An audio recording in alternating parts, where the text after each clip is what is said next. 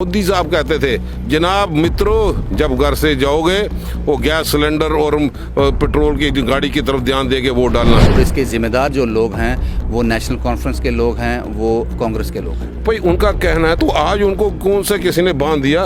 अगर वो गलत है तो ठीक कर देते ना। अब गुमशुदा के पोस्टर भाजपा के एमपीओ के लग रहे हैं, लोग खफा नहीं है। सुंदरमणि में इसका इनका विरोध यहाँ पे हुआ, तो ये विरोध नहीं है।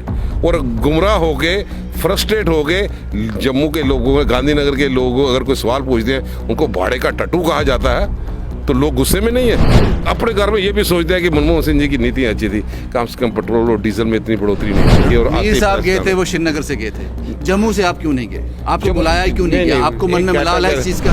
11 के सेंसस को फ्रॉड सब कुछ दिखाते थे, आज उसी भी मोहर लगा के उसी पे तनख्वाह पे काम करने वाले भाजपा की लीडरशिप को मानता कौन है? क्या होते जम्मू की बात रखते थे? मनमोहन सिंह जी की सरकार थी, उन्होंने एक्साइज ड्यूटी सारी कम कर दी। इनको किसने रोका?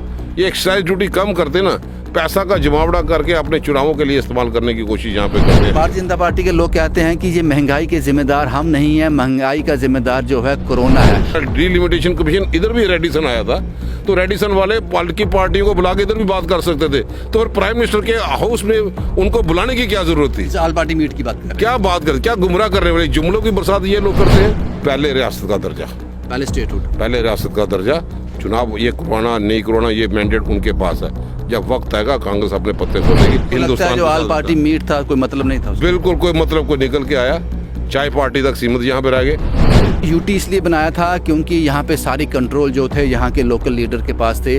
वो एसएचओ एसपी को फोन करते थे, पत्थरबाजों को छुड़ाते थे, उसमें कांग्रेस और एनसी का नाम भी है। जो है केंद्र पावर जो है केंद्र को देनी जरूरत थी। 10,000 पत्थरबाज तो भाजपा ने पीडीपी के साथ हाथ मिला के छोड़ दिए। किसने रोका था इसको? कौन जिम्मेवार है? जम्मू कश्मीर में पॉलिटिकल डेवलपमेंट बहुत तेज़ी से हो रही हैं, उसी की चलते डिलिमिटेशन कमीशन भी जम्मू में है, काफ़ी लोगों से मिला जा रहा है।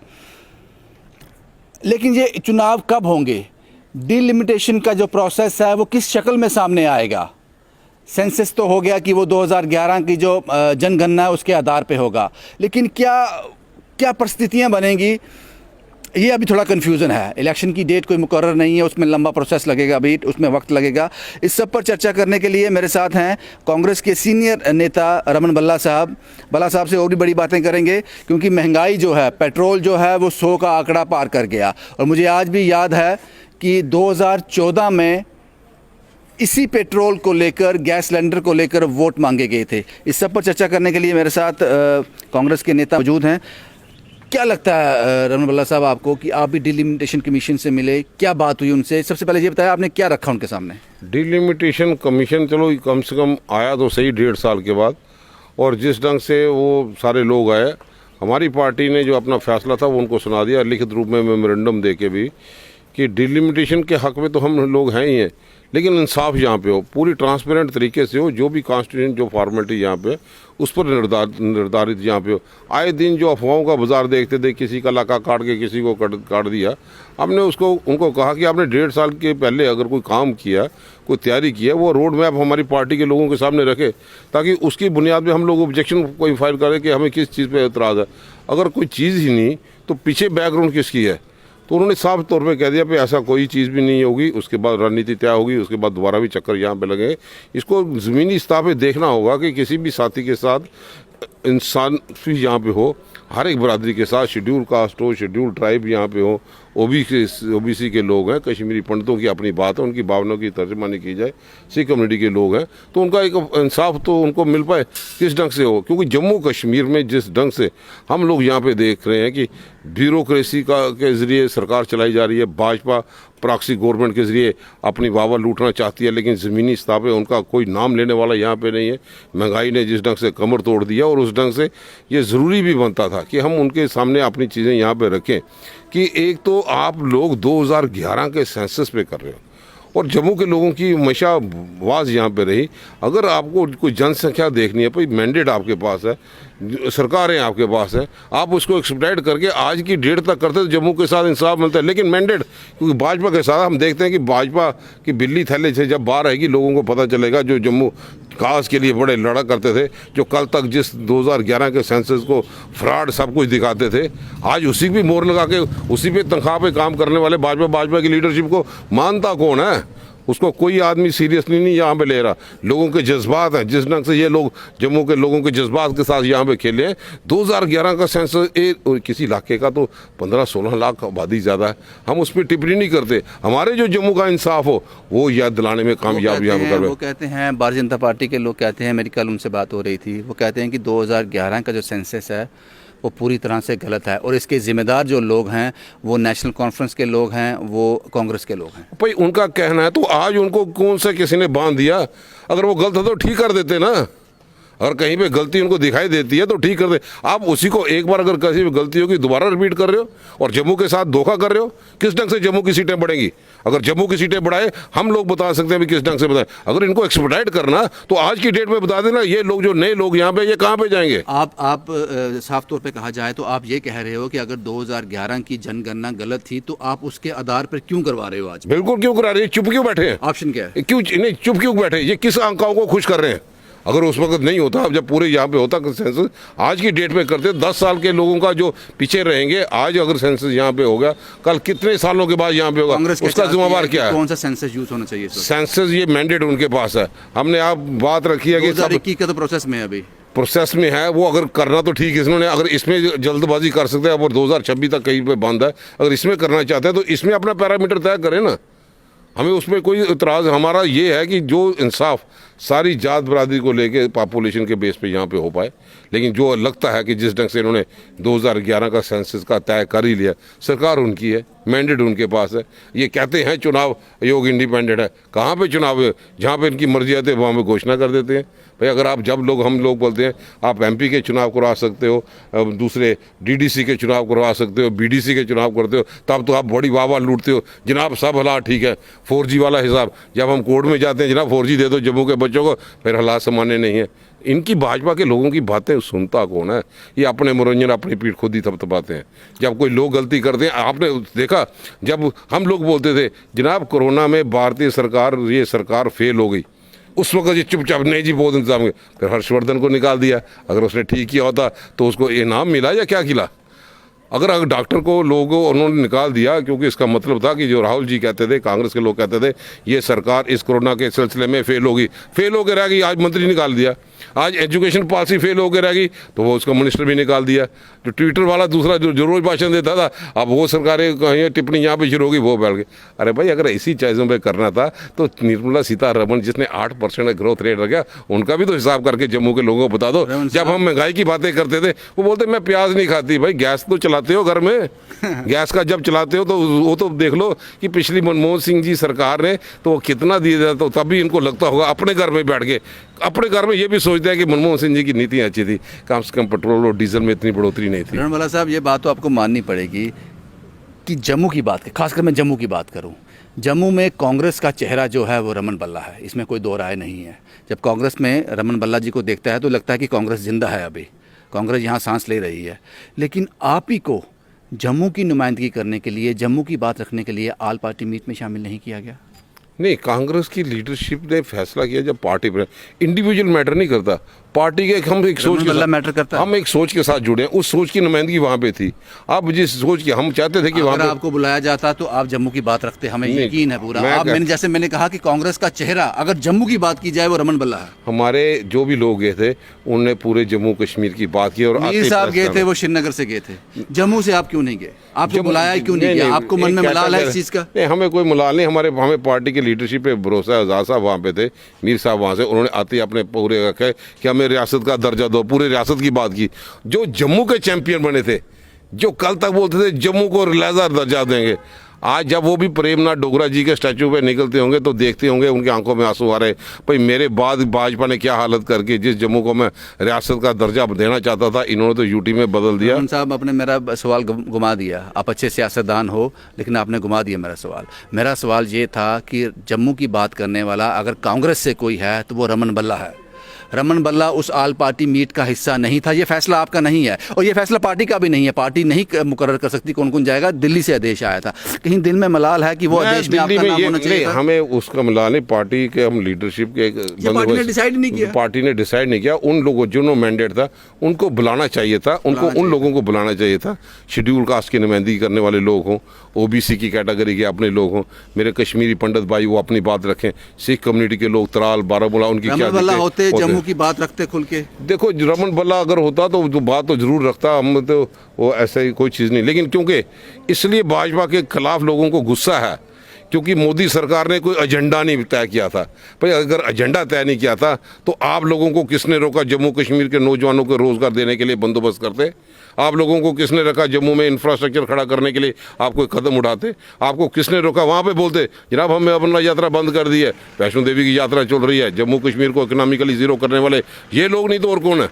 आज ये बातें उठा सकते थे वहाँ पे, लेकिन इन्होंने वहाँ पे आज ये बात कर सकते थे। जनाब एक फोरम था कि रिफ्यूजियों को जनाब हमने 30 लाख का गुमराह करके एक लॉलीपॉप दे दिया, 5.5 लाख से ज़्यादा नहीं मिल रहा, आज वो भी गुस्से में है।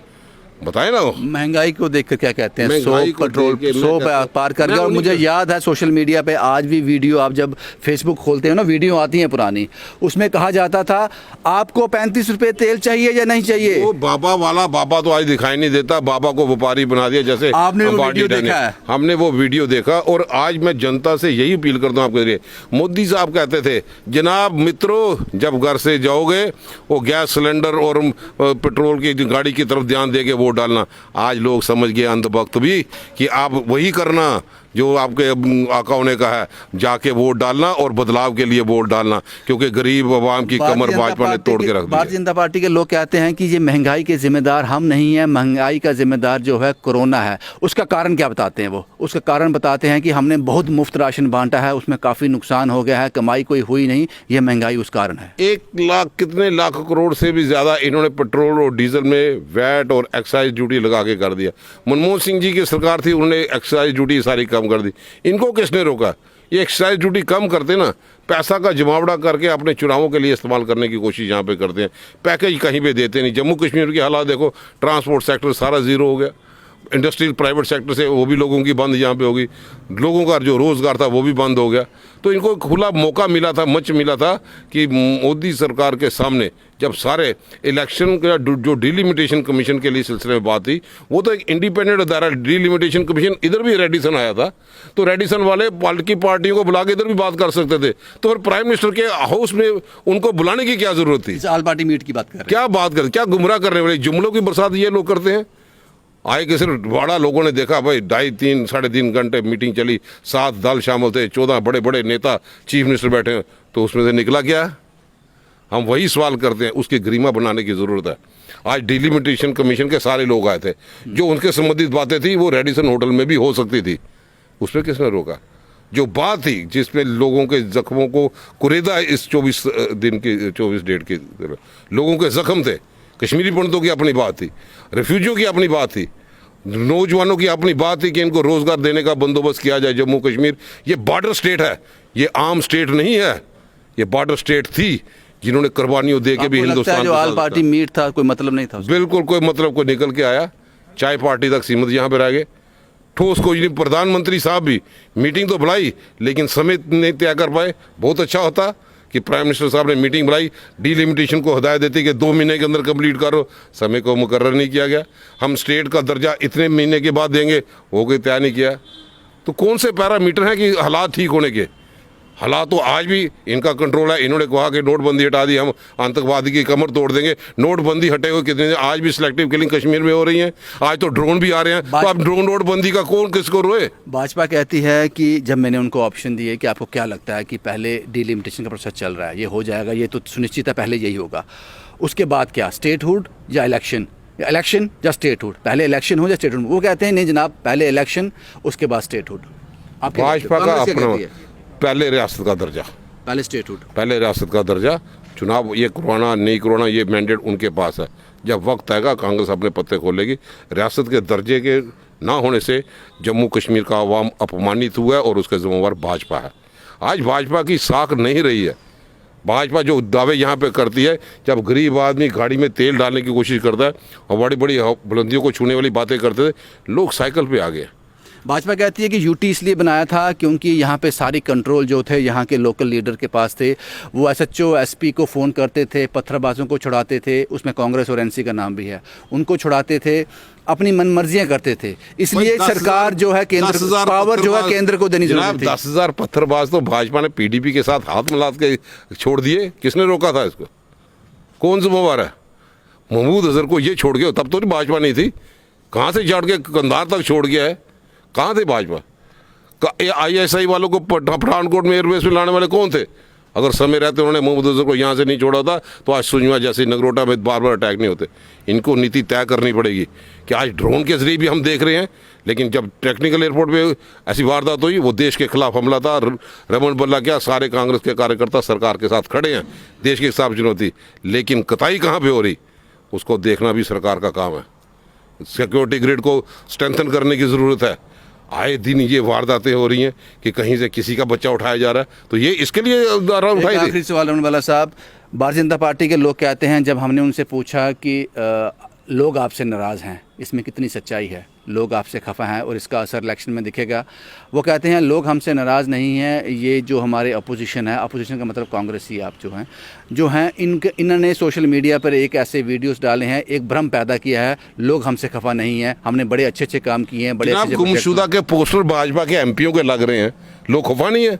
सुंदरमणि में इसका इनका विरोध यहाँ पे हुआ, तो ये विरोध नहीं है। और गुमराह हो गए, फ्रस्ट्रेट हो गए जम्मू के लोगों में, गांधीनगर के लोग अगर कोई सवाल पूछते हैं, उनको भाड़े का टट्टू कहा जाता है, तो लोग गुस्से में नहीं है। इसका एक एक चीज़ का जवाब देंगे। वक्त आ रहा है, अब ये वक्त इनके हाथ में नहीं रहा, ये अभी भी फीता काटने में लगे हैं, लेकिन हमारी खामोशी को ये हमारी कमज़ोरी ना समझे। वक्त आ गया, मुंह तोड़ जवाब देंगे, घर से निकलना मुश्किल हो जाएगा। और जो लोग 35 रुपये लीटर तेल देने की बातें करते थे, 100 से भी आंकड़ा पार हो गया। दालों का रेट ज़्यादा, एडिबल ऑयल बहुत ज़्यादा हो गया, महंगाई होगी। और यहाँ पे जो सरसों का तेल वो 200 रुपये क्रॉस कर गया। गरीब आदमी को आज आपकी उज्जवल स्कीम कहाँ गई? आज गरीबों की आंखों में आंसू नहीं दिखाई देते, धुआं नहीं दिखाई देता मोदी सरकार को। इनके जो अंधभक्त हैं उनको वो नहीं दिखाई देता, सिलेंडर वहीं पे पड़ा है, लोग लकड़ी काटने के लिए मजबूर है। कौन जिम्मेवार यहाँ पे है? हर मरले में महंगाई और टोल बदालों के जरिए टैक्स की वसूली, टैक्स टेररिज्म क्रिएट करने वाली ये भाजपा की सरकार का। भाजपा कुछ भी कर ले, लेकिन मैं समझता हूँ कि कई ऐसे मुद्दे में, आज पिछली दफ़ा भी इन्होंने दरबार यहाँ पे रखा था, वापस लेना पड़ा। आज इकोनॉमिकली जम्मू का व्यापारी वो अंदर से अंदर बड़ा एक किस्म का गुस्से में यहाँ पे है। उनका व्यापार चला करता था। आपने टूरिस्ट डेस्टिनेशन सेंटर जम्मू में बनाया कोई नहीं कि बाहर से सिर्फ पिलग्रिम के तौर पे आए। अमरनाथ यात्रा के लिए आते थे, वो भी बंद हो गए। वैष्णो देवी के लिए आते, कटरा से वापस चले गए। कोई जम्मू का टूरिस्ट डेस्टिनेशन सेंटर ये लोग बना नहीं पाए। इतने MLA, इतने MP, बताइए ना क्या कौन सा काम यहाँ पे जम्मू के लोगों के लिए एक आकर्षण केंद्र बने ताकि जम्मू के लोग इकोनॉमिकली मजबूत हो। बहुत बहुत शुक्रिया रमन बल्ला साहब, आपने हमें वक्त दिया, लेकिन इसमें कोई सियासत नहीं है कि महंगाई जो है वो चरम सीमा पे है। एक चीज़ मैं कहता हूँ, अगर ये लोग इतने भी जिस ढंग से इन हर्षवर्धन से इस्तीफा लिया पड़ा, ये महसूस करते थे कि कताई सरकार की हुई है। और आज भी मैं समझता हूँ कोरोना पीड़ित से कई परिवार बर्बाद हो गए, जिनके घर में कमाने वाला कोई नहीं। इनको शर्म चाहिए भाजपा के लोगों को। सुप्रीम कोर्ट के ने भी हदायत दी कि फौरी तौर पे पीड़ित परिवार को कुछ ना कुछ राहत दे दो ताकि वो अपने परिवार का गुजारा कर पाए। इनकी खामोशी जो है वो यही दर्शाती है कि ये गरीब विरोधी लोगों में से हैं। शुक्रिया साहब।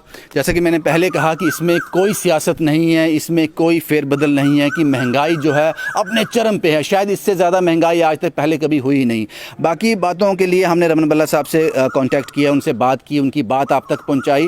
बाकी आप फैसला कीजिए। इलेक्शन का जो सिलसिला है वो जारी है, स्टेप बाय स्टेप हम इलेक्शन की ओर जा रहे हैं, चुनाव की ओर जा रहे हैं। बाकी जनता फैसला करेगी किसने क्या किया और किसने क्या खोया। शुभम कुमार के साथ Ravindra Singh, the state sentinel के लिए।